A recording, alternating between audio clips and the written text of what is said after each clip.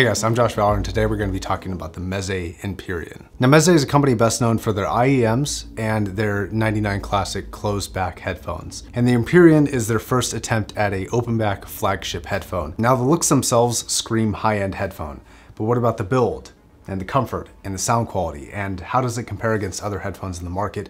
Those are all questions that I intend to answer today. Now, when you look at the build, it doesn't really look like anything else in the market. And in my opinion, it almost has a more alien type design. It looks more strange than it looks familiar. And love it or hate it, if it is one thing, it is unique. Now, aside from the looks, the actual quality of the build is really good and very solid. Very heavy use of metal and premium materials like real leather for the headband and one of the pair of pads, the other being Alcantara. And both these pads have this metal mesh on the back, extremely well built. Some of the best built pads that I've seen. My only complaint is that the ear cups can get a little bit hot and don't really breathe super well, but it is still August, so once it cools down, I think that shouldn't be an issue. Now, despite this thing looking relatively bulky, mostly due to the pads, and you can see how much of that size is cut down if I remove the pads from this, you don't really feel like you're wearing an extremely bulky headphone when you put this on. It feels comfortable. You got a great amount of clamp pressure. This comfort strap on the top, while it does have a bit of an odd shape, is very comfortable and does conform to your head quite nicely and will work on a versatility of head sizes and shapes. This headphone also comes with two sets of cables, one single-ended and one balanced,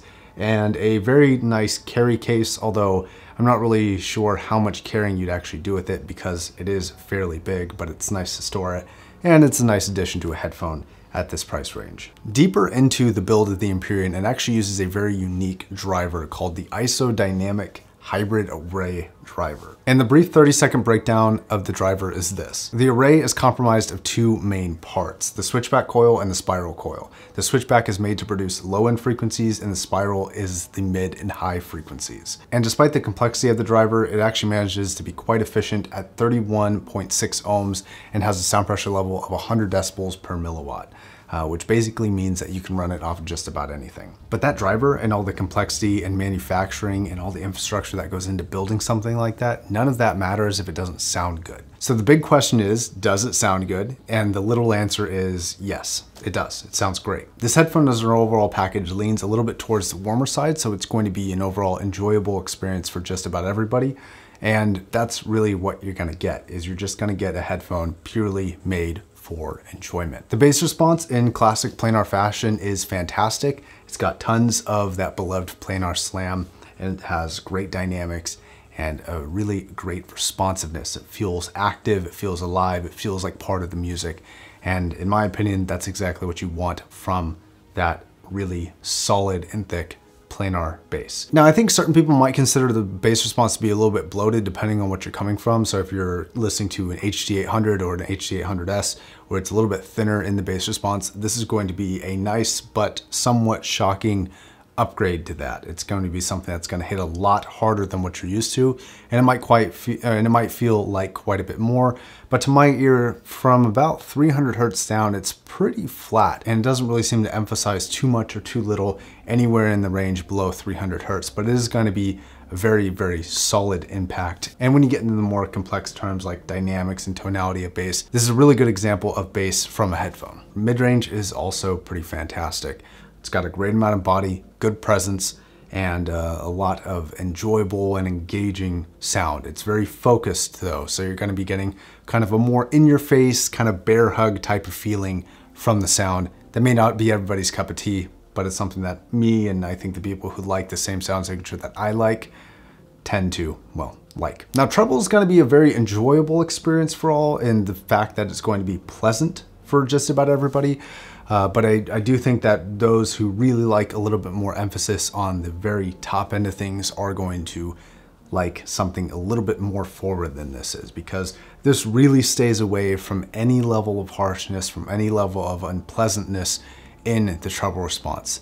Now, it's not dull or inactive or super dark in that range, but the price you pay for that enjoyability in that kind of really non-offensive, you can crank this headphone all the way to 10 and it's still not gonna be really hurting your ears.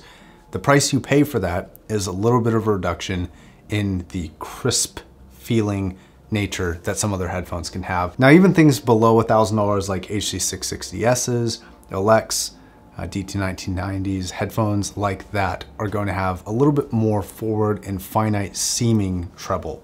Now they may not actually be more detailed, but they're going to kind of come across a little bit more detailed and be a little bit more present in the music than they are on this. But if you're a fan of things like the MX4s or the LCD4s or the LCDXs or the Hypemans like the Aria or the HE1000 V2, this treble response is going to be very familiar, and if you like it on that headphone, you're probably really going to enjoy it on this headphone. And to wrap up the treble performance, I would say it's attentive but without force. Now we're going to move over to imaging and Soundstage. Both very strong performers. The imaging is fantastic. It's kind of exactly what you would expect from a headphone in this category. You know, we're starting to really get down to the finite levels of imaging where any improvement is like, you know, it's just a few little extra bits of tightness here and there. And that's what this headphone offers. It's not going to be the absolute top of the line God tier level of imaging, but it's very, very, very good, as you would expect from a flagship headphone like this one. Now with the Soundstage though, it's a tad bit disappointing to what is capable, but I think Meze kind of made a conscious decision of saying, okay, we can either have intimate vocals and an overall more intimate, more engaging sound, or we can have something that sounds a little bit further away and soundstages really well. And we gotta have one or the other, and I think they definitely chose the more intimate, more engaging, kind of, you know, really more impactful experience rather than the super wide, super soundstagey sound. So again, to bring up the HC800s, if you're coming from something like that, this is gonna be a difference in position of the sound compared to that. And yes, even something like the HC800s are going to have much better soundstage than this. So soundstage, while good, it doesn't completely blow my socks off for the money. And as a side note, if you are into a warm headphone, which this is, but you also want, you know, a very wide or a very broad, large scale soundstage, I recommend looking at the Aria or the HE1000 V2. Those are going to be better for that, but these offer some serious benefits over those two headphones. But if you're looking for those two categories combined into one pair of headphones, Aria or HE1000 V2. So my conclusion to all this, through in and throughout, this is a luxury product, right? Everything from the build, the fit and finish, the pads, the box, and the price all reflect the fact that it's a luxury product. So when you're talking about value or the law of diminishing returns, those terms aren't really going to be applying towards the people who are buying this. This is going to be applicable to the people who just want this product and they can afford it. And for those people, are you going to be disappointed if you buy this? I don't think so. It's a comfortable build. It offers a serious comfort benefit over another flagship headphone like the LCD4 just because of the very stark weight difference between the two. This is, you know, a big looking headphone, but it's not a big feeling headphone. The sound quality, in terms of what it prioritizes, is strictly going to be enjoyability first, right? It's not going to be fatiguing. It's going to be something that you would sit down on a couch with a glass of whiskey and enjoy for an hour, two, maybe even 3. So if that sounds like something that's applicable to you, there's going to be a link in the description below, as well as everything else that I talked about in this video. Before I go, I want to send a huge thank you to Meze for sending this out for a review. I signed up for their loaner tour, so I had to send this to the next reviewer or the next person who signed up for the tour and get it passed on. I was not compensated, paid, or asked to say anything good or bad about this headphone. All thoughts and opinions are my own. All right, guys, my name's Josh, signing off.